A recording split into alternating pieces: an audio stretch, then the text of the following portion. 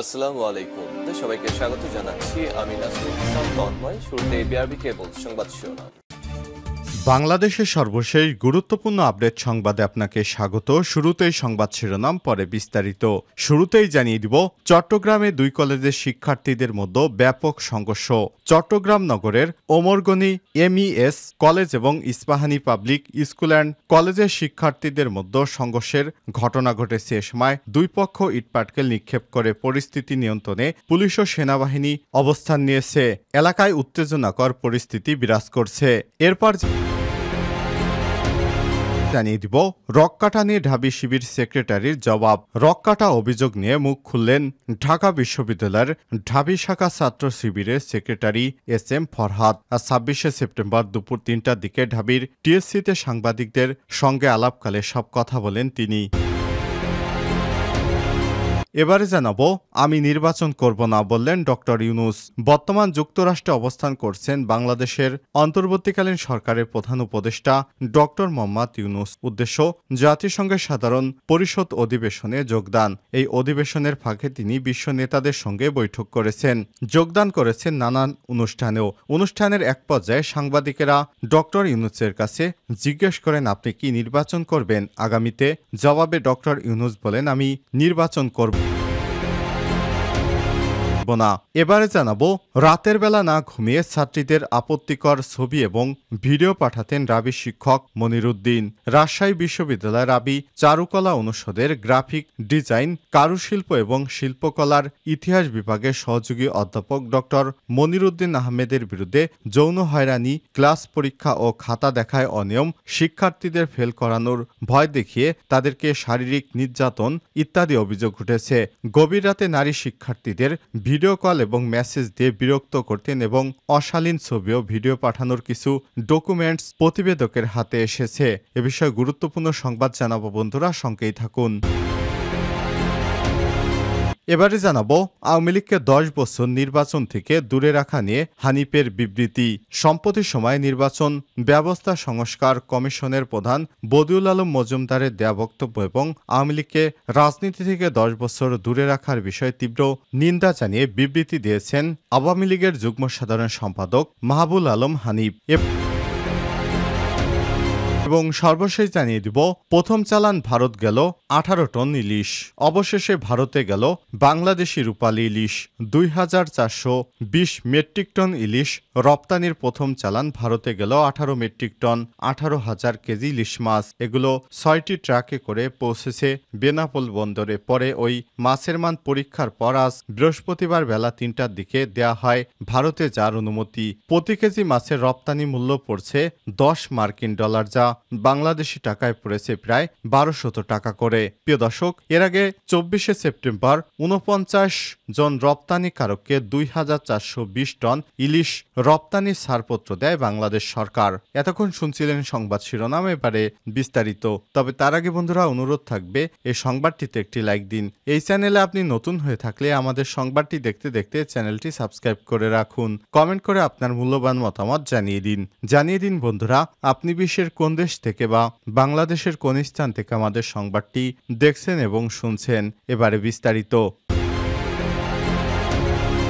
চট্টগ্রামে দুই কলেজের শিক্ষার্থীদের মধ্যে সংঘর্ষ।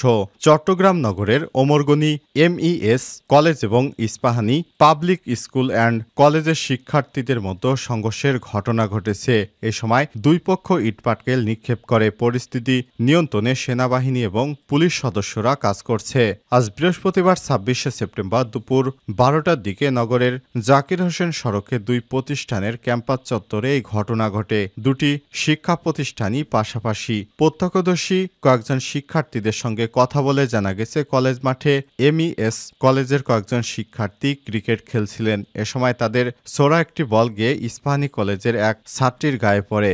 এমইএসসির কলেজের এক শিক্ষার্থী ওই বল আনতে গেলে ইস্পাহানী কলেজের শিক্ষার্থীর সাথে কথা কাটাকাটি হয়। এক পর্যায়ে ওই ছাত্রী এমইএস কলেজের শিক্ষার্থীর গায়ে হাত তোলেন। এরপর এর প্রতিবাদ করে এমইএস কলেজের আরও কয়েকজন শিক্ষার্থী এদিকে এদিকে এই ঘটনা শুনে সাথে সাথে স্ব শিক্ষা প্রতিষ্ঠান থেকে বেরিয়ে ক্যাম্পাসে অবস্থান নেয় উভয় প্রতিষ্ঠানের শিক্ষার্থীরা। এতে কিছুক্ষণের মধ্যেই উত্তেজনা ছড়িয়ে পড়ে শিক্ষকদের মাঝেও। একজন শিক্ষক বলেন, ইস্পাহানি স্কুল ও কলেজের কয়েকজন শিক্ষক এসে শিক্ষার্থীদের মারধর করছে না। শিক্ষকদের উচিত এ ধরনের পরিস্থিতি শান্ত করা। আমি একজন শিক্ষক, সেটি না করে তারা আরও উস্কে দিয়েছেন ছাত্রদের। অবশ্যই এর বিচার হওয়া উচিত। সরেজমিনে গেলে দেখা গেছে শিক্ষার্থীরা স্ব প্রতিষ্ঠানে অবস্থান করছেন এবং প্রতিষ্ঠানের গেট বন্ধ করে রাখা হয়েছে। শিক্ষকেরা তাদের নিবৃত্ত করার চেষ্টা করছেন। এ সময় শিক্ষার্থীদের বেশ উত্তেজিত অবস্থায় দেখা যায়। কারো কারো হাতে ছিল লাঠি। উভয় কলেজের শিক্ষার্থীদেরকে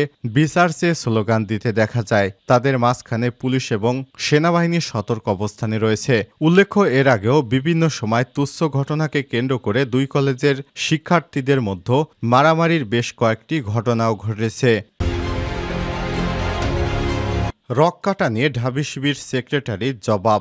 রক কাটা অভিযোগ নিয়ে মুখ খুললেন ঢাকা বিশ্ববিদ্যালয় ঢাবি শাখা ছাত্র শিবিরের সেক্রেটারি SM ফরহাদ। বৃহস্পতিবার 26শে সেপ্টেম্বর দুপুর 3টার দিকে ঢাবির TSC-তে সাংবাদিক সম্মেলনে তিনি এসব কথা বলেন। সাংবাদিক সম্মেলনে ফরহাদ বলেন, বিশ্ববিদ্যালয় কোনো বিষয়ে কাউকে হ্যাঁ বা না বলে অথরিটি 3 জনের, সিনেট, সিন্ডিকেট এবং একাডেমিক কাউন্সিলে এ তিনটির বাহিরে বিশ্ববিদ্যালয়ে আর কোনো অথরিটি হ্যাঁ বা না বলার অধিকার রাখে না। আর ছাত্র শিবির যাতে নিয়মতান্ত্রিক রাজনীতি করে সেখানে এই প্রশ্ন কখনোই আসবে না।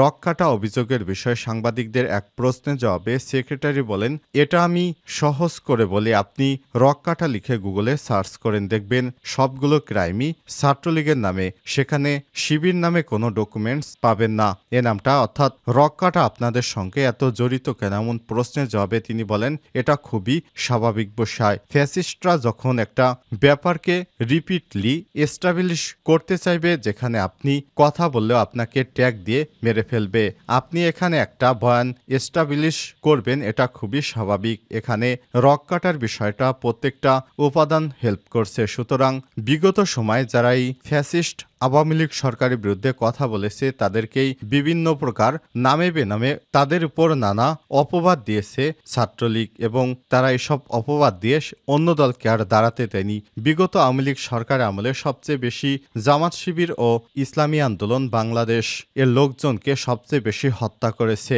এর মধ্যে ছাত্র শিবিরকে তারা নানা ট্যাগ দিয়ে হত্যা করত, অর্থাৎ বিনা দোষে তো কাউকে হত্যা করা যায় না। তারা নানা রকম অপবাদ দিয়ে তারপর ছাত্র শিবিরের উপর সন্ত্রাসী বাহিনী লেলিয়ে দিত। আমি নির্বাচন করব না, ডক্টর ইউনূস। বর্তমান যুক্তরাষ্ট্রে অবস্থান করছেন বাংলাদেশের অন্তর্বর্তীকালীন সরকারের প্রধান উপদেষ্টা ডক্টর মোহাম্মদ ইউনূস। উদ্দেশ্য জাতিসংঘের সাধারণ পরিষদ অধিবেশনে যোগদান। এই অধিবেশনের ফাঁকে তিনি বিশ্ব নেতাদের সঙ্গে বৈঠক করেছেন, যোগ দিয়েছেন নানান অনুষ্ঠানেও।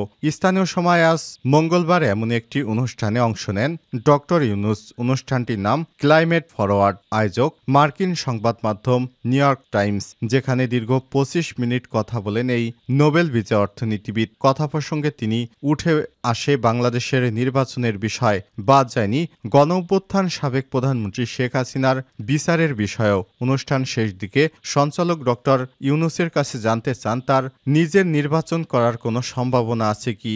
জবাবে প্রধান উপদেষ্টা বলেন, আমাকে দেখে কি আপনার মনে হয় আমি নির্বাচন করব? আমি নির্বাচন করব না। নির্বাচন আয়োজন নিয়ে প্রশ্ন করা হলে শান্তিতে নোবেল বিজয়ী অর্থনীতিবিদ ডক্টর ইউনূস জানান, সাবেক স্বৈরাচারী সরকার বিচার বিভাগ, পুলিশ, নির্বাচন কমিশন সহ দেশের সব ব্যবস্থা নষ্ট করে দিয়েছে। এগুলোই সংস্কার করা হচ্ছে আমার কাজ। আমি এই বাংলাদেশকে সংস্কারের কাজে হাত দিয়েছি, এর সম্পূর্ণ কাজ আমি করব। নির্বাচনের বিষয়ে প্রশ্ন করার আগে শেখ হাসিনাকে দেশে ফিরে এনে বিচারের মুখোমুখি করা নিয়ে প্রশ্ন করেন সঞ্চালক। সে প্রশ্নের জবাবে ডক্টর ইউনূস বলে, কেন নয়? যদি তিনি অপরাধ করে থাকেন তাহলে তাকে অবশ্যই ফিরিয়ে এনে বিচারের মুখোমুখি করতে হবে। আপনি নিজেই বিচারের কথা বলছেন, তারও বিচারের মুখোমুখি হওয়া উচিত। রাতে না ঘুমিয়ে ছাত্রীদের আপত্তিকর ছবি এবং ভিডিও পাঠাতেন রাবি শিক্ষক মনিরুদ্দিন। রাজশাহী বিশ্ববিদ্যালয়ের রাবি চারুকলা অনুষদের গ্রাফিক ডিজাইন এবং কারুশিল্প ও শিল্পকলার ইতিহাস বিভাগের সহকারী অধ্যাপক ডক্টর মনিরুদ্দিন আহমেদের বিরুদ্ধে যৌন হয়রানি, ক্লাস পরীক্ষা ও খাতা দেখায় অনিয়ম, শিক্ষার্থীদের ফেল করানোর ভয় দেখানো সহ মানসিক ও শারীরিক নির্যাতনের অভিযোগ উঠেছে। গভীর রাতে নারী শিক্ষার্থীদের ভিডিও কল এবং মেসেজ দিয়ে বিরক্ত করতেন। অশালীন ছবি এবং ভিডিও পাঠানোর কিছু ডকুমেন্টস এই প্রতিবেদকের হাতে এসেছে। বিশ্ববিদ্যালয় উপাচার্যের কাছে শিক্ষক স্থায়ী বহিষ্কারের দাবি জানিয়েছে বিভাগটির শিক্ষার্থীরা। অভিযোগপত্রে তারা উল্লেখ করেছেন তিনি বিবাহিত ছাত্রীদের সঙ্গে ব্যক্তিগত জীবনের আলাপ, স্বামীর সঙ্গে সম্পর্ক কেমন বিস্তারিত জানতে চেয়ে অশ্লীল বিভিন্ন বিষয় টেনে নিয়ে আসতেন। কোনো ছাত্রী যদি দাম্পত্য জীবন খারাপ থাকতো, অর্থাৎ তার স্বামীর সঙ্গে সম্পর্ক খারাপ থাকতো, এই সুযোগে ওই শিক্ষার্থীকে কুপ্রস্তাব দিতেন ওই শিক্ষক। তিনি নারী শিক্ষার্থীদের ডেস্কের ভেতরে গিয়ে তার গায়ে হাত ঘেঁষে দাঁড়িয়ে সাইন নিতে বাধ্য করতেন। নারী শিক্ষার্থীদের আন্ডার গার্মেন্টস নিয়ে কুরুচিপূর্ণ মন্তব্য করতেন। এছাড়াও পেশাগত ক্ষমতা ব্যবহার করে তিনি একাধিক শিক্ষার্থীকে সম্পর্ক স্থাপনের প্রস্তাব দিতেন বলে অভিযোগপত্রে উল্লেখ করেছে শিক্ষার্থীরা।